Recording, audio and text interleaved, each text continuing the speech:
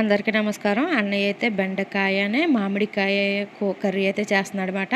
ఇది అన్నయ్య చేస్తున్నాడు. అన్నయ్య కూడా చాలా బాగా చేస్తాడు.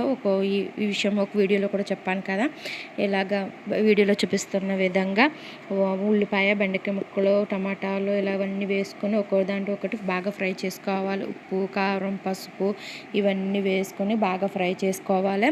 అన్నయ్య అయితే చాలా బాగా చేస్తాడండి. టేస్ట్గా ఉంటాయి.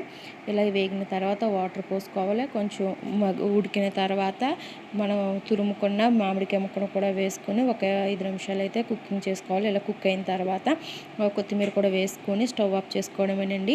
మీలో ఎంతమందికి మామిడికాయ, బెండకాయ పులుసు ఇష్టమే కామెంట్ చేయండి. చూసారు కదా ఎంత బాగా వచ్చిందో. వేడి వేడి అన్నంలో ఇలా వేడి వేడిగా బెండకాయ పులుసు వేసుకుని తినడం మీలో ఎంతమందికి ఇష్టమో కామెంట్ చేయండి. నాకైతే చాలా చాలా ఇష్టం అన్నమాట. అందుకని వేడి వేడిగా అయితే తింటున్నాను. Okay friends, bye. Subscribe to my channel.